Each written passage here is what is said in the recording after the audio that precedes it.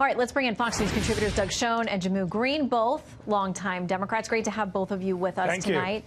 Jehmu, your immediate reaction to this? He's gone. He needs to resign, full stop. There is no discussion that should be had about that. The thing is, Shannon, this has to be a much bigger conversation. And I want to talk about the Democratic Party's responsibility here for a second. I heard Howard Dean say one of the most ridiculous things I've ever heard just a few minutes ago on another channel. He said that, well, you know, black people are going to decide the fate of Ralph Northam. The reality is racism is not something for black people to fix. And we have these conversations in these moments when there are these flare-ups, and they're usually Dems versus Republicans and pointing the finger at the one incident. There's a much bigger conversation that needs to happen. The Democratic Party has to deal with the racism within our own party. I said that very clear when I ran for DNC chair.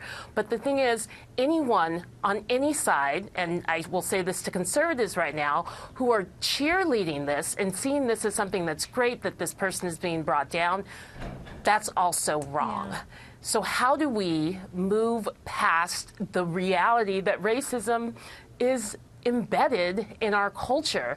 There are many, many of our viewers who think that racism died with the Civil Rights Act of 1964. That is just not the case.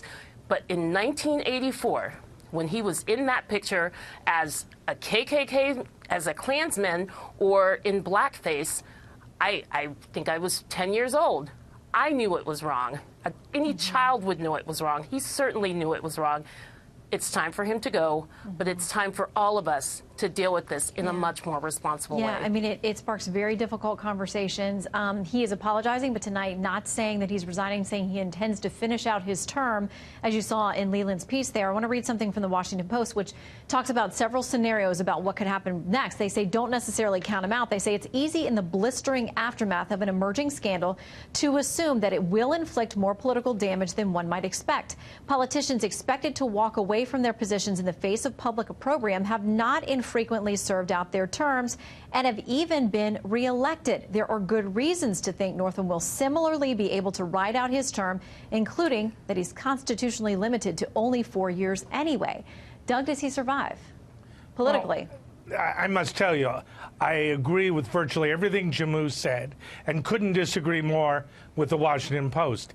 I think the sign here of really extreme racism, insensitivity, goes beyond what any rational human being, Democrat, Republican, liberal, moderate, or conservative, should tolerate. His ability to serve and my party's ability to win the election is hurt inexorably by this outrageous collection of pictures. And that, plus his positions on infanticide, which to me is beyond disgusting, renders him unable to offer leadership. Virginia's a swing state, and I think for the reasons that Jehmu eloquently addressed, a good first step, an important first step, is for him to resign forthwith. Well, we're getting word tonight, again, of more calls for resignation. I'm sitting here, and the list is growing in my ear as producers are sharing with me more information about more and more people who are stepping forward who are very closely related to him, and some of them not as relatives, but politically so, and those saying that they hate to say these things and to call for him to step down because they've known him to be, they say, a good man and a good legislator with respect to a number of things. So this is just the beginning of this conversation. Doug and Jehmu, thank you both for weighing in. Thank you. It starts from here. Thank you, Shannon.